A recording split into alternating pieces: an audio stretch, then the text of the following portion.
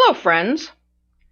As some of you know, last summer I began work on a doctorate of ministry at Drew Theological Seminary, which is part of Drew University in Madison, New Jersey. Drew Seminary was founded by Daniel Drew, who also established Drew Methodist Church here in Carmel. He was born and raised in this area.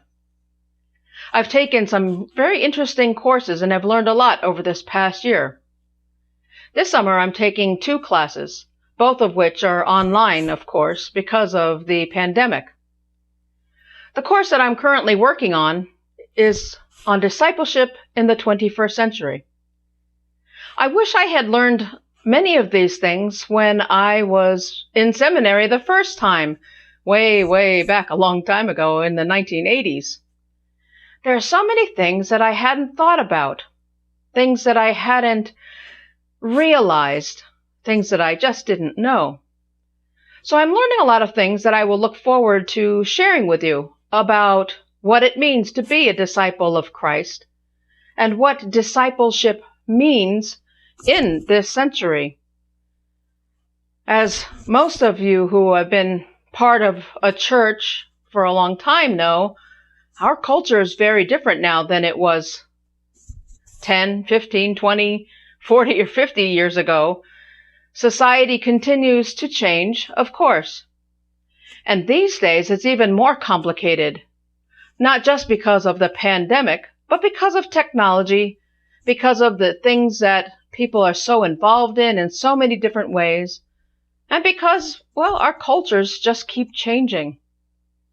So some of the things that I'm learning about are, as you see here, from some of these booklets from the Board of Discipleship, ways to engage our community, cultural sensitivity, disciples living generously, how to have a courageous conversation, and developing an intentional discipleship system, a guide for congregations.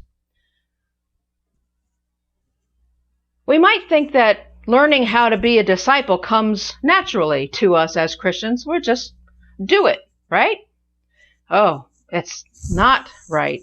I've learned that it takes a lot of work for pastors and parishioners, for us all to learn how to be better disciples and truly follow the teachings and the ways of Jesus Christ. Some of what we've learned in my class is about the art of thinking in systems. Now, that's not a religious concept, but it certainly applies to churches or any kind of institutions or things like job places, all kinds of things, families, everybody. There are many different kinds of systems. And so there's some interesting things that I've learned with that.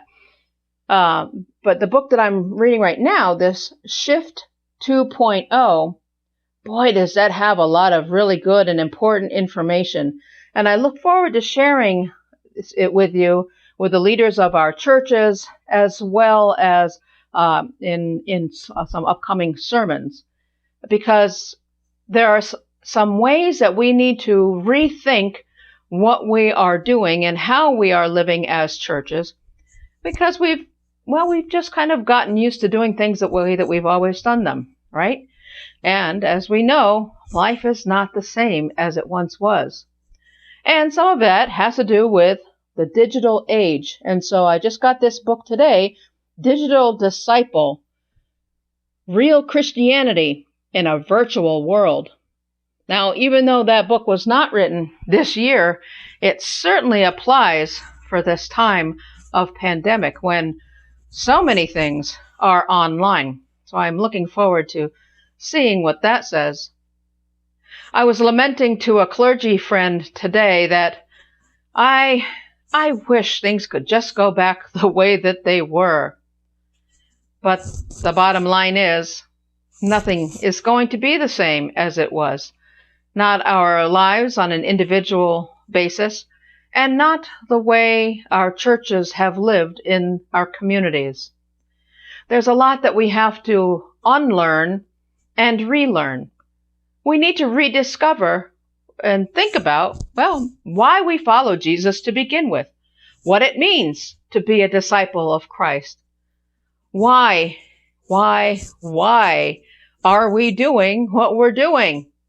And how do we convey what's important, what our beliefs are? How do we live out our faith? Right now, I have more questions than answers, but I look forward to sharing my thoughts with you as the months unfold, because believe me, this is going to take a while to unpack. But I'm looking forward to it because I think it's important and it's necessary. We know that our churches have struggled over the last number of years. We are blessed by sometimes getting new members who show up, and we're delighted that people will come and be part of our congregations. But there are more people outside of the walls of the church than those who are in the church. And of course, nobody is in the church right now. But we have to learn better how to share what is important about being a follower of Christ and what's important about being a part of our particular individual congregation. So I hope that you will join with me in these ponderings and contemplate with me where we might be headed in our future. Because it's clear that in order for us not just to survive, but to thrive, we must shift our thinking. And in this book, there are about 5 different categories of ways that we need to shift in order to move forward and build our, as this says, build an intentional system for discipleship. That's not something I have ever done before. So we're all going to be learning about this together. And so I look forward to sharing more about this with you as time unfolds. And I hope that you will, if you have questions for me, that you will ask them. You can email me or call, and we will ponder these things together. Because now more than ever, our communities need us to be reflecting the love of God in Jesus Christ. And I know that we can do it. I know that many of us are already doing that in many different ways. And we will learn the ways that we can do that even better. Even in this time when we are separate from one another physically, by and large, and connected more digitally or by telephone than we were, than we were maybe before we were forced to be apart. It's a changing world. The good thing is that God is always with us through our changes and leading the way. So we will continue to pay attention, to learn and grow together, and to continue to be fellow learners, disciples on this journey. May God bless you and keep you safe. And I encourage you to keep wearing your mask, wash your hands, social distance, and take good care of yourselves. Peace and love.